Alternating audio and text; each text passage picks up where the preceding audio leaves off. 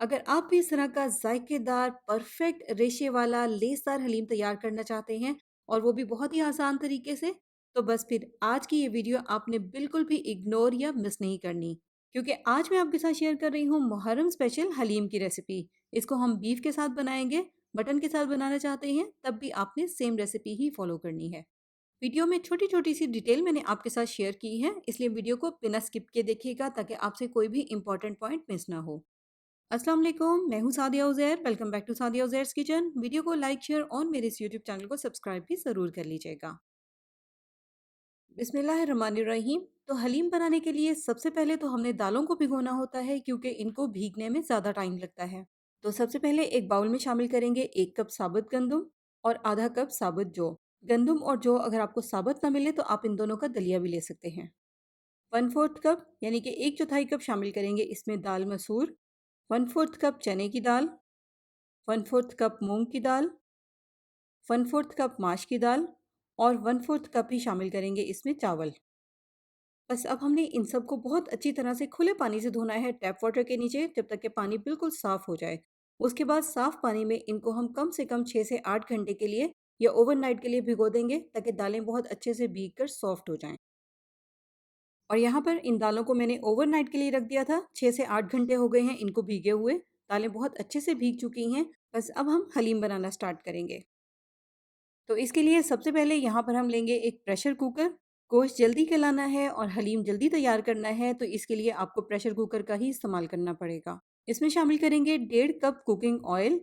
Flame on कर देंगे और साथ ही इसमें इस तरह से स्लाइस किए हुए प्याज शामिल कर देंगे फ्राई करने के लिए। इनको हमने हल्की आंच पर कंटिन्यू हिलाते हुए गोल्डन और क्रिस्पी होने तक फ्राई करना है।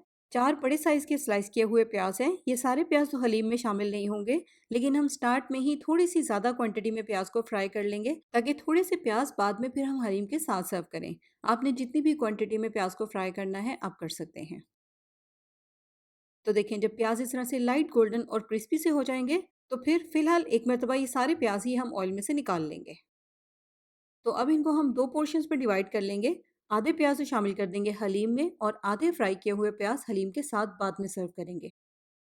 तो अब ऑयल में शामिल करेंगे कुछ साबित मिसाले, जिसमें यहाँ पर मैंने लिया है 2 चाय का चम्मच साबित ज़ीरा, 1 चाय का चम्मच साबित काली मिर्च, 2 काली बड़ी इलायची, 2 टुकड़े दालचीनी के, 8 से 10 लौंग, 1 बादियान का फूल और 2 तेज़ पत्ते।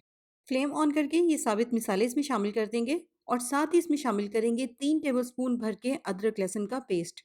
इसमें अदरक लहसुन दोनों बराबर क्वांटिटी में है, यानी कि 1.5 टेबलस्पून अदरक का पेस्ट है और 1.5 टेबलस्पून लहसुन का पेस्ट है। बस हल्का सा ही इनको हमने फ्राई करना है, सिर्फ 1 आधे मिनट के लिए। अदरक लहसुन के पेस्ट को जलने से बचाना है। इसके बाद इसमें हम शामिल कर देंगे बोनलेस बीफ। आप मटन भी ऐड कर सकते हैं और गोश्त अगर इस तरह से बड़े-बड़े पीसेस में कटा हुआ होगा तभी हलीम ज़्यादा रेशेदार तैयार होगा। तो ये गोश्त यहाँ पर मैं इसमें शामिल कर रही हूँ, तकरीबन 500 से 600 ग्राम के करीब-करीब इसका वेट है। अच्छा, हलीम को अगर आपने ज़्यादा जायकेदार बनाना है तो उसके लिए आपने एक काम और करना है। आपने इस तरह से 3-4 बड़ी-बड़ी सी इसमें बोन्स भी ऐड करनी है। क्योंकि इन बोन्स में से जो यखनी निकलेगी ना, उसका जो टेस्ट हलीम में आएगा वो बहुत मज़े का लगेगा। लेकिन मेक श्योर कर लें कि बोन्स बड़े साइज़ के हों ताकि गोश्त के पकने के बाद उनको गोश्त में से निकालना आसान हो। क्योंकि अगर छोटी-छोटी बोन्स होंगी तो फिर बाद में वो गोश्त में या हलीम में मिक्स हो जाएँगी, जिसकी वज़ह से बाद में हलीम का सारा मज़ा ही ख़राब हो जाएगा। बस गोश्त शामिल करने के बाद 2-3 मिनट के लिए गोश्त की हम भुनाई करेंगे जब तक कि गोश्त का कलर पिंक से वाइट सा हो जाए। फिर साथ ही इसमें हम शामिल करेंगे 300 ग्राम दही और दही आपने इस तरह से अच्छी तरह से फेंट कर इसमें शामिल करनी है। और बस इसी के साथ इसमें हम स्पाइसेस भी ऐड कर देंगे। 1 चाय का चम्मच शामिल करेंगे हल्दी पाउडर, 1.5 चाय का चम्मच लाल मिर्च का पाउडर या लाल मिर्च आप अपने टेस्ट के हिसाब से ऐड करें।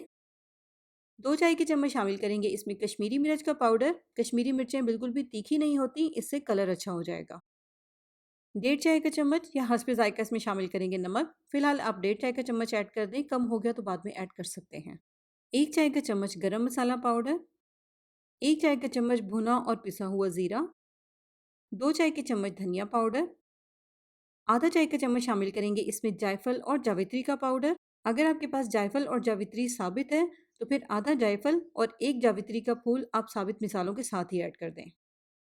और अब हमने जो प्याज फ्राई किए थे उसमें से आधे प्याज जो हमने सेपरेट किए थे वो इसमें ऐड कर देंगे और बाकी बचे हुए आधे प्याज फिलहाल साइड पे रख देंगे। इनको हम हलीम के साथ सर्व करेंगे।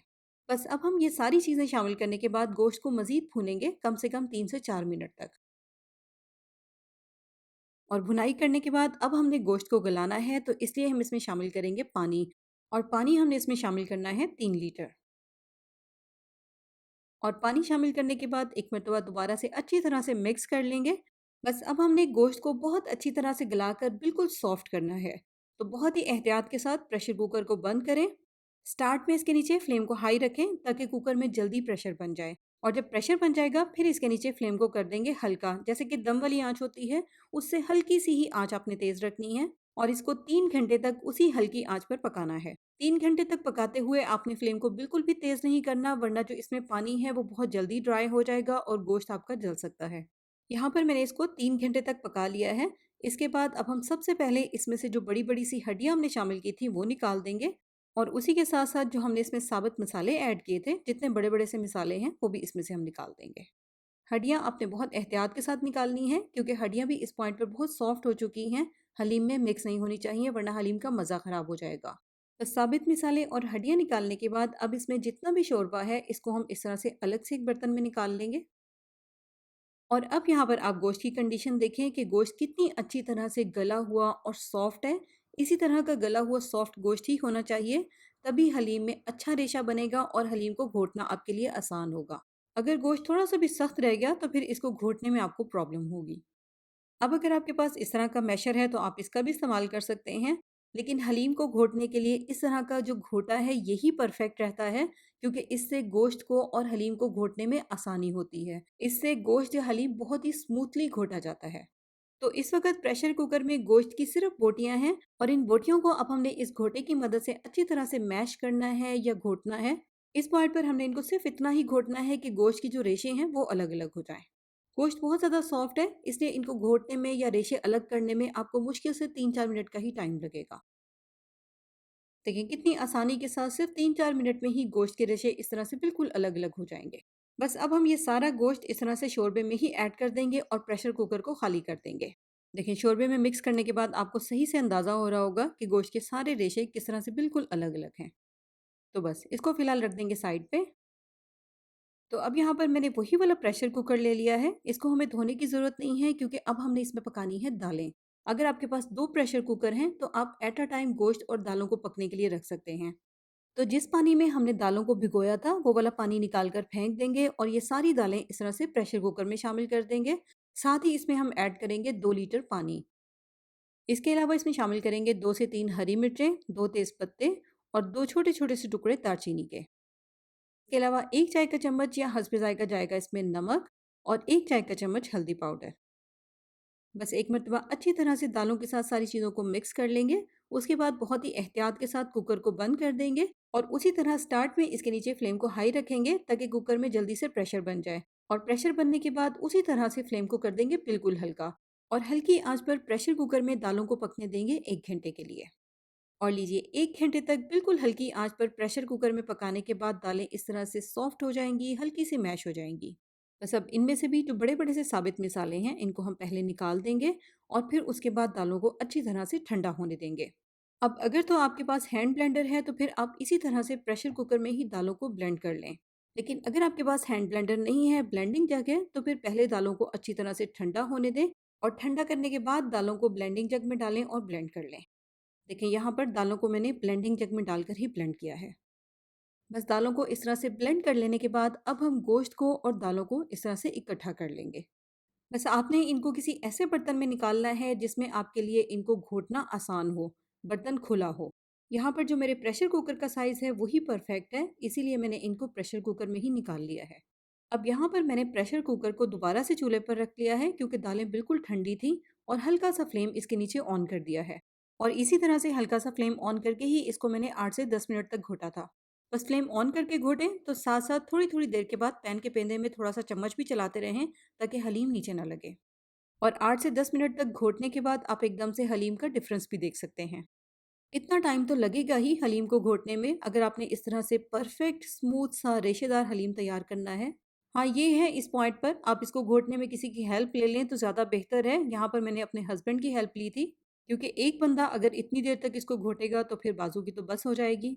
अब यहाँ पर देखकर ही आप बहुत अच्छे से अंदाज़ा लगा सकते हैं कितना स्मूथ, परफेक्ट, लेस वाला रेशेदार हलीम तैयार हुआ है। इसको घोटते हुए आप इसमें नमक, मिर्च वगैरह भी लाज़मी टेस्ट कर लें और अपने टेस्ट के अकॉर्डिंग सारी चीज़ों को एडजस्ट कर लें। ये देखें, अब आप हलीम में रेशा चेक करें, कितना परफेक्ट हलीम तैयार हुआ है। इसके लिए हमें अलग से कोई भी गरम मसाला बनाने की ज़रूरत नहीं है क्योंकि वो सारे मसाले ऑलरेडी हलीम को पकाते हुए ही हमने हलीम में शामिल कर दिए थे।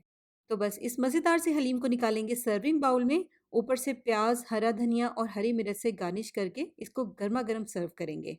कुछ लोग इसको रोटी, नान या चावलों के साथ खाते हैं, लेकिन मुझे तो ये बिना किसी चीज़ के चम्मच के साथ ऐसे ही बहुत पसंद है। आप इसको किस तरह से खाते हैं कमेंट्स में ज़रूर बताइएगा। इसके ऊपर अगर आप चाट मसाला वगैरह स्प्रिंकल करना चाहते हैं तो वो भी कर सकते हैं, वो भी अच्छा लगता है। हर एक की पसंद डिफरेंट होती है और हमें उस डिफरेंस को एक्सेप्ट भी करना चाहिए, उसी तरीके से सब लोग खुश रहते हैं। तो रेसिपी ज़रूर ट्राई कीजिएगा और ट्राई करने के बाद अपना एक्सपीरियंस भी ज़रूर मेरे साथ शेयर कीजिएगा। तो इसी तरह की बेशुमार रेसिपीज़ आप मेरे यूट्यूब चैनल पर देख सकते हैं। उसके लिए आप मेरे चैनल पर आएँ और चैनल को सब्सक्राइब करके नोटिफ़िकेशंस भी ज़रूर ऑन कर लें। इस वीडियो को लाइक शेयर करना भी बिल्कुल मत भूलिएगा। अपना बहुत सा ख्याल रखिएगा, दुआओं में याद रखिएगा। Thank you for watching. अल्लाह हाफ़िज़।